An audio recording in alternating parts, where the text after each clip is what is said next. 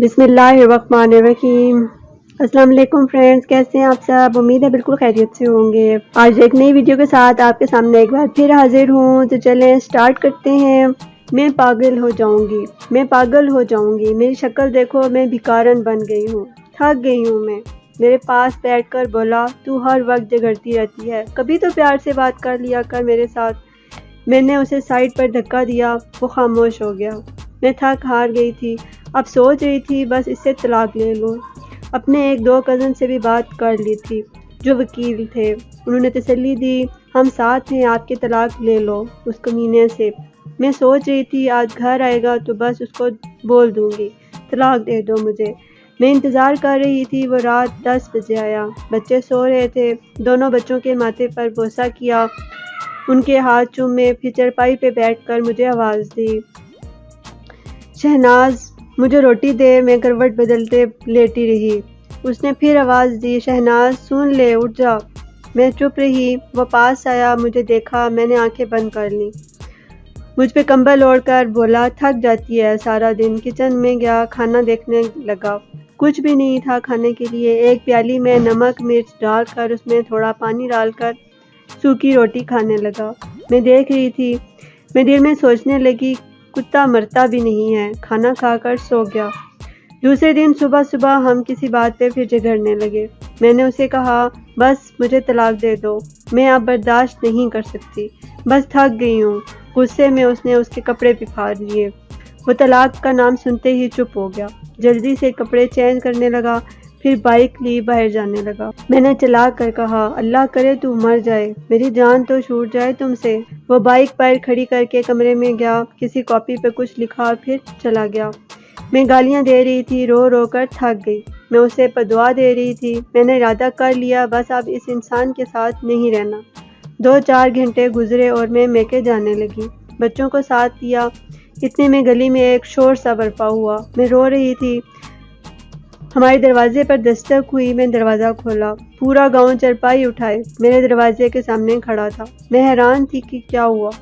اتنے میں ایک لڑکا فون پر بات کر رہا تھا، یار اکبر کا ایکسیڈنٹ ہو گیا ہے، وہ مر گیا ہے۔ یہ سنتے ہی جیسے مجھ پر قیامت آ گئی، میں ساکت ہو گئی۔ چرپائی صحن میں رکھی گئی، سب لوگ قبر کھودنے کی بات کرنے لگے، کچھ جنازے کا ٹائم دیکھنے لگے۔ مسجد میں اعلان ہونے لگا، اکبر میرے سامنے چرپائی پر لیٹا ہوا تھا، کون یقین کرے وہ مر چکا ہے۔ میں چیخنے چلانے لگی، اکبر اٹھ جا، میں نہیں کچھ مانگتی، مجھے کچھ نہیں چاہیے، میں طلاق کی بات بھی نہیں کرتی۔ میں اس کے پاؤں چومنے لگی، اکبر اٹھ جا، میری جان اٹھ جا، دیکھ میں کہیں نہیں جا رہی، مجھے تیرے ساتھ ہی رہنا ہے، میں بھوکی پیاسی رہ لوں گی، مجھے یوں چھوڑ کر نہ جا، میں کھانا بنا کر لاتی ہوں، بھوک لگی ہے نا تم کو۔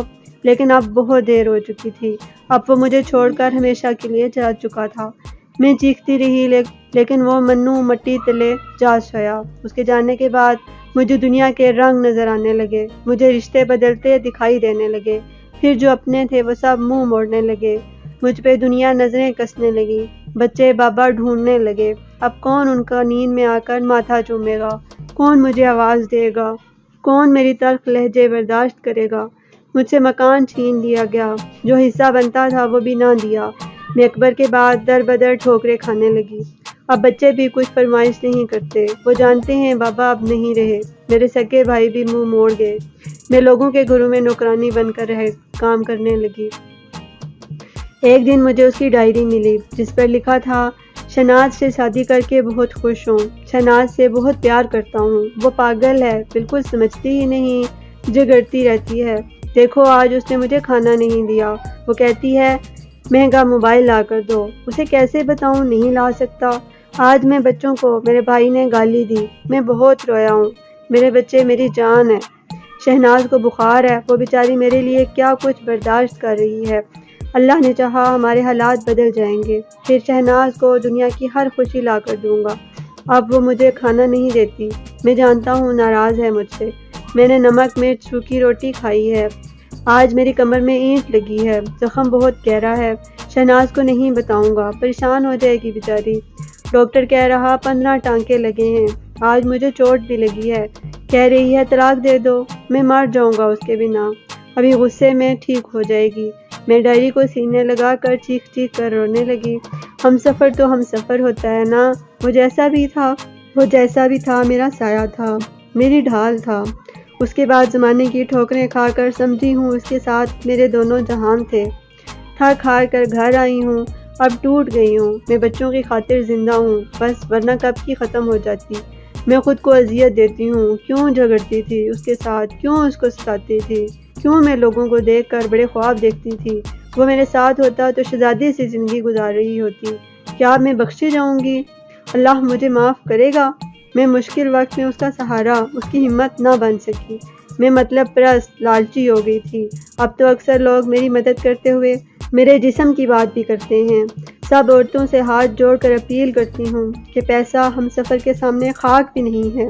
لالچ اور بڑے بڑے خواب کی تمنا میں لوگوں کی نوکرانی نہ بن جانا۔ شوہر اگر ایک وقت کی روٹی بھی کھلائے تو مسکرا کر سینے سے لگ جانا۔ خدا کی قسم، زمانے کی لاکھ تلخیوں کو وہ تمہاری خاطر اپنے سینے پر برداشت کرتا ہے۔ پلیز اگر کوئی بہن اپنے شوہر سے یوں بیزار ہے تو سمجھ جائے اسے پہلے کہ آنسو مقدر بن جائیں۔ فرینڈز، یہ میری ویڈیو کو دوسروں تک ضرور پہنچائیے تاکہ اللہ کسی کی زندگی کو آپ کے ذریعے بدل دے۔ یہ تھی میری آج کی ویڈیو، امید ہے آپ کو پسند آئی ہوگی۔ جلدی نئی ویڈیو کے ساتھ ایک بار پھر حاضر ہوں گی، تب تک کے لیے اجازت، اپنا اور اپنوں کا خیال رکھیں اور مجھے اپنی دعاؤں میں ضرور یاد رکھیں۔ اللہ حافظ۔